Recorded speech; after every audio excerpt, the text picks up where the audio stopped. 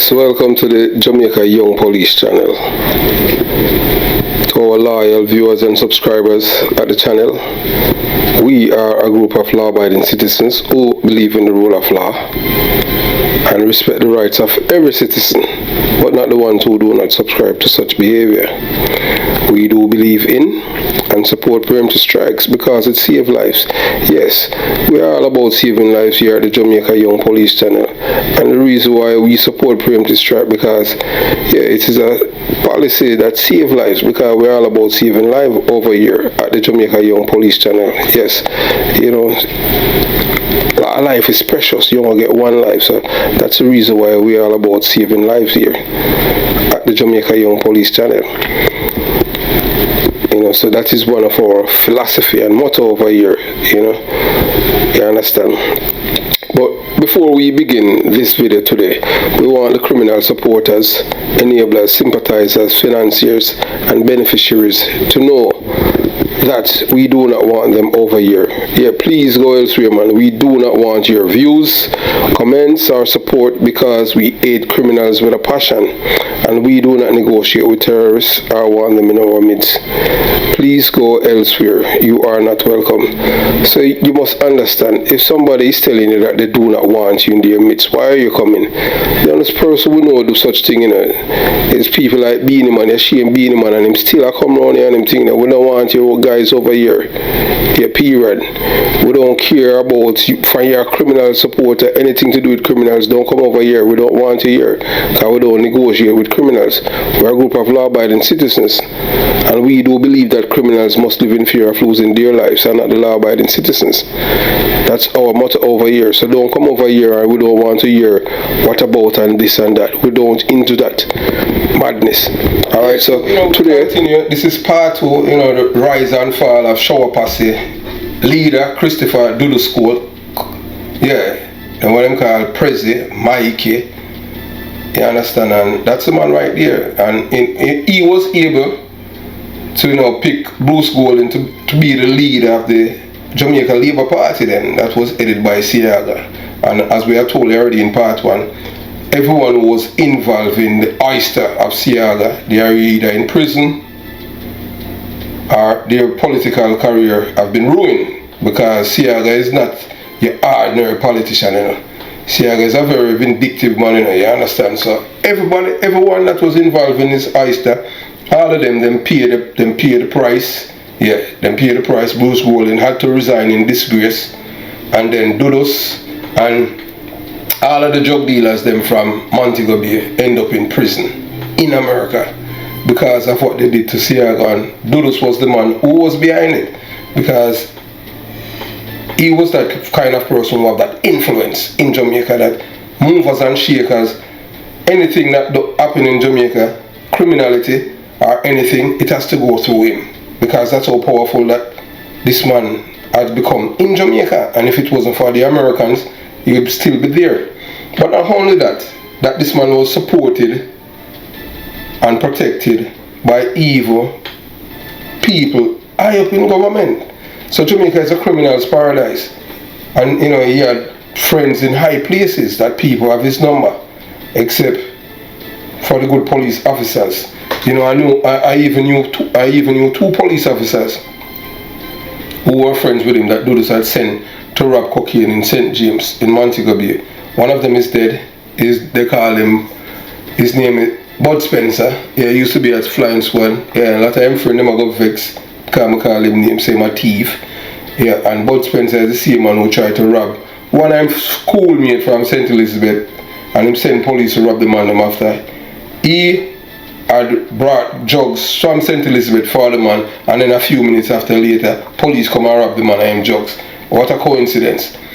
And it's the same Bud Spencer who sold a youth an illegal gun, and police killed the youth in a shootout, and the only thing that the police force did was allow him to retire because of his connections.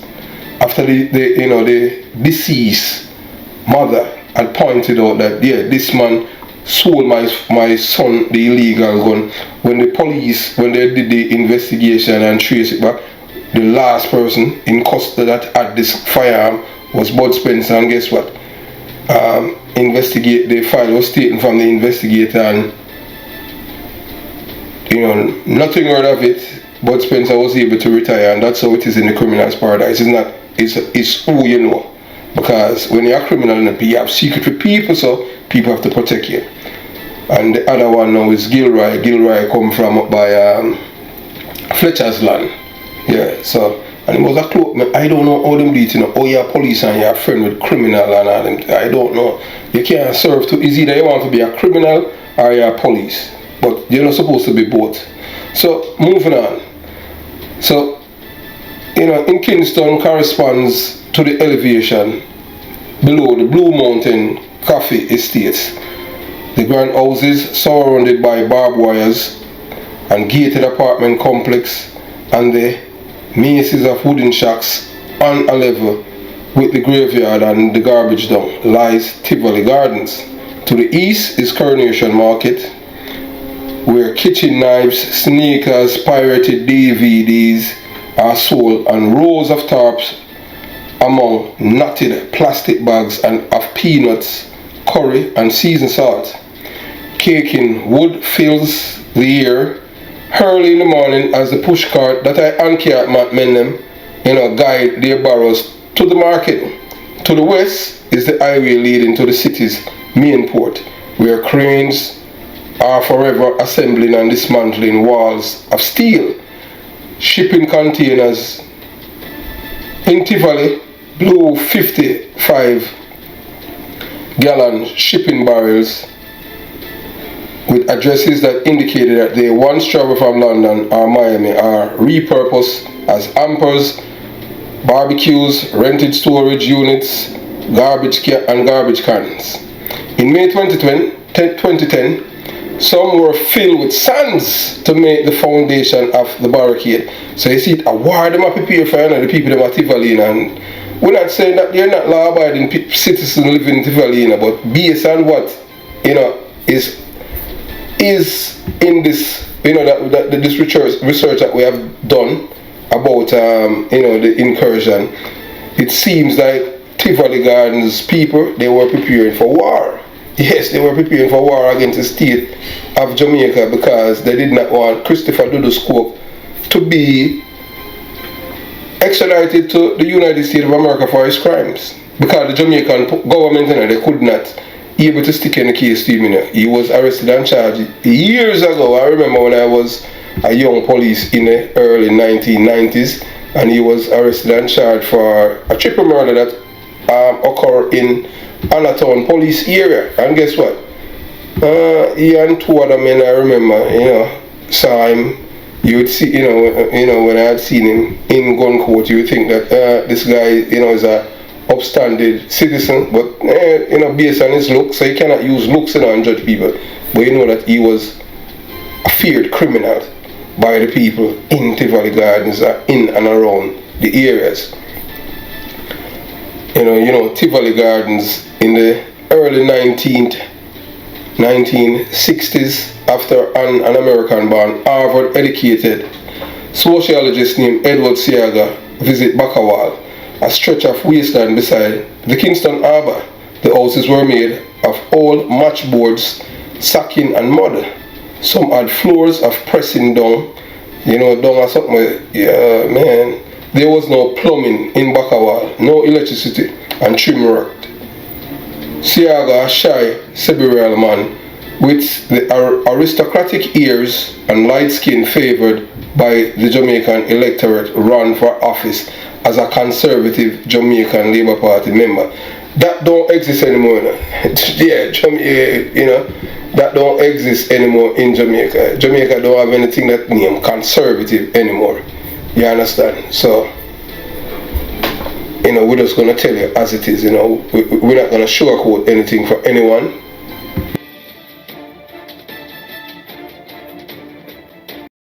Yeah, so moving on. In 1962, the year Britain granted Jamaica, the country, complete independence, Edward Siaga won West Kingston Parliament seat. Siaga cleared Bakawal and replaced it with Tivoli Gardens. The units were given to party loyalists, and the neighborhood had been faithful to the JLP ever since. A promotional film from the late 60s showed Tivoli Gardens as a suburban development with manicured parks, playground, and illuminated fountains. In the video, Siaga boasts of erasing all traces of the neighborhood's identity as a nest where the worst criminals gathered. Tivoli was built on what Siaga called the self-contained community principle, with a prenatal clinic, preschool, and a vocational training center. Oh, that's why. Okay. So that's why the people in Tivoli didn't have to go to Jubilee. So they have their own thing down there. I wonder if it's still operational. Cause we don't have that. We don't have that at jungle. Wow. Or Jonestown. We have not only taken the man out of the slum, but we have taken the slum out of the man. Siaga announced to an adoring crowd, but Siaga invention soon degenerated into a new kind of slum. Tivoli Gardens' fierce loyalty to the JLP made it the first of Jamaica's garrison communities. Neighborhood enclaves controlled by gangs associated with either the JLP or its rivals, the People's National Party. Many of the Jamaican low-income communities are still led by dons, whose organizations act like miniature states, allocating benefits, preventing borders, and extracting taxes. Wow. The most famous don of Tivoli Gardens was Christopher Coke's father, Lester Lloyd Coke, who renamed himself Jim Brown after seeing the prison hardened Nazi hunter of the Dirty Dozen. He consolidated his power in 1980 as Siaga was about to be elected Prime Minister. Around this time, the dons began shipping Colombian cocaine to the US. Brown killed off his rivals and became known as the Don of all dons. Oh, so Jim Brown is the original Don of all dons.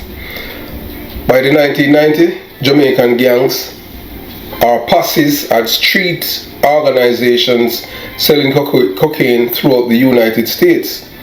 The most notorious was Brown's Shower Posse, named for its willingness to shower bullets on any crowd thought to contain an enemy. That's crazy. You can't. That's why I tell you that there is no honest criminal in it. You indiscriminately just shoot, fire your gun on people because you want to get one person. That's just madness. In the US, the Shower Posse was linked to more than 1,000 murders. Wow. Gang members turned up in the cities from Dallas and Kansas City to Anchorage. One West Kingston resident told me he knew Freeman when both men lived in Canada. So Freeman used to live in Canada. Him a gangster in Jim Brown days, the man said, but he changed his life around. No man, criminal, no man can't change his life. So he must, so Freeman was a bad man, so we continue, moving on. So all we reach back at Jamaica then, so more or less I must deport him. That's why I'm in Jamaica and him travel come to America. So Jamaican government give him a clean police record. I might tell you, a whole heap of criminal we are living in America now, You understand? A lot of them. In 1989, Siaga lost the general election and power shifted to the PNP. In 1990, Jamaica police acquiesced to American demand and arrested Brown, that's Dudus' father, who faced murder and drug racketeering charges in the US. He died 2 years later in a mysterious fire while awaiting extradition. Thousands of mourners marched in Brown's funeral procession, including Siaga. Wow. The opposition leader in a march with the death of Jim Brown. That's, I see him think Michael Manley, him started with Bory Boy, never got fed him up funeral car, fed him up did box him wife.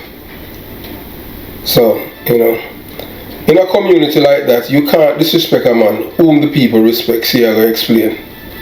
So, but you don't know, their respect comes through fear, because it's mutual, or reciprocate. If you don't respect them enough, to them their respect is love. But they don't even know that kind of respect is not love. People just do it out of fear. So the same people in the community live in a fear, because they are hostages, and they have to comply by all the rules set out by these criminals. No matter what party they align to, because criminals are criminals.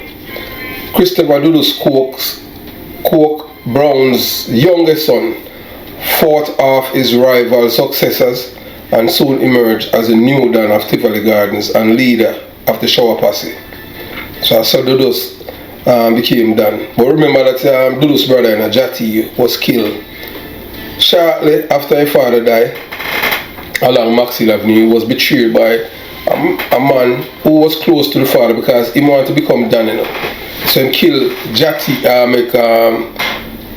the information that he had give to Radigan, that them killing California, that are Radigan from Sunlight Street, and by giving him information about the route that Jati was riding the Sunday, and Red Ray and two other guys, them kill him, shoot him off on bike and kill him from Maxwell near to Fitzgerald Avenue. Red Ray was arrested and charged by Detective Inspector Ivan Thompson. However, one of these days I'll let you guys, listen to this man, Detective Ivan Thompson. He's one of the best detective. He will tell you about the Sandakan killing at Olympic Gardens police station, Natty Morgan killing, and is eventually was convicted and escaped and create havoc in Jamaica until he was killed by Leroy Nicely and Dodrick Henry. So we'll continue the journey, you understand? So, Dudus, become the new Don of Tivoli Garden and the leader of the Shower Posse. Dudus does not appear menacing. In his 5 feet 4 inches tall, a sharp man, with a round baby face, but his dominion in Tivoli Gardens was absolute. His organization known to residents as the System had its statute own penal process, including a jail, magistrate, and executioners. So so Tivoli Garden have their own system. They don't work with the Jamaican legal system. They have their own court, them jail, and they have them executioners, and the people they just work with that. That's their system. And even to the day, them can't have a camera up on the house and them thing. Because if you have camera, that means you're an informer, and you have to go leave or they might kill you. Because they have their own system. But because of Dudus' arrogance, I think that he could challenge the Jamaican government, try to overthrow the government and not to extradite him to America. Now you have a police post inside it, so I don't know if the system is still there. As we have done our due research, you understand. So Dudus' code was simple: no robbery, no raping, no killing, and his justice stringent. Teenage thieves had one hand broken, rapists were beaten, and anyone foolish enough to persistently dissent was exiled or killed. That's how them get kicked out out of Tivoli, where you can't defy the president. Him are the president of Tivoli, so them working on criminality. Once, according to U.S. federal prosecutor, Coke ordered a man he believed had stolen drug proceeds to be tied down so he could kill him personally with a chainsaw. Coke's lawyers deny this. The police twice conducted significant operations in Tivoli Gardens during Coke time. Both ended in bloodshed. 4 civilians were killed in May 1997 and 25 in July 2001, and in latter incident an army helicopter was shot down and police fired more than 50,000 rounds. It's a war zone. So I never know. So when them shoot down that army helicopter, I'm doing my research. I didn't know that the Tivoli people them shoot down a helicopter. Only 50 cal can do that, Resident went to Coke's for tuition, legal aid, business loan, food and medicine. Why man, I am my president, my bank. You understand? The rest of Kingston scrimped to afford Jamaica's electricity rate as much as $12,000 US annually in a country where the gross national income per capita is about $7,500. In contrast, in Tivoli, 95% of the electricity arrive free of charge. So them are parasite on the system, you know. So the people them, you know, is everybody else who is paying light bill have to pay for light for the people them at Tivoli Gardens, Jonestown, Jungle, all of these depressed community where them aligned to either the PMP LGBTQ plus party or the JLP LGBTQ plus party. So that's how it works, and you know them love the socialist life, you know, and even water and everything when them getting at the state providers, you know, them not work, them not care, you know, them not pay a bill. So let's see what I go work and what I go work out. You understand? So these guys make it big and they spread that money around to build loyalty. Lou Rice, a retired U.S. Drug Enforcement Agency officer who worked at the agency's Jamaica office in the early 1980s, says, many people felt safe enough to leave their doors unlocked. If someone grabs your chain in the market and you go to the police, they will take out a big book and they will take a long statement. Pastor Patrick Hall, who leads one of the Tivoli Gardens churches, says, you never hear from them again. In Tivoli Gardens, you only need to tell the man where your stuff was taken. You get back your thing in a few hours, maybe a day. How they do it, I need help to pencil in, but they get it done. For years, the Jamaican government left Tivoli Gardens alone.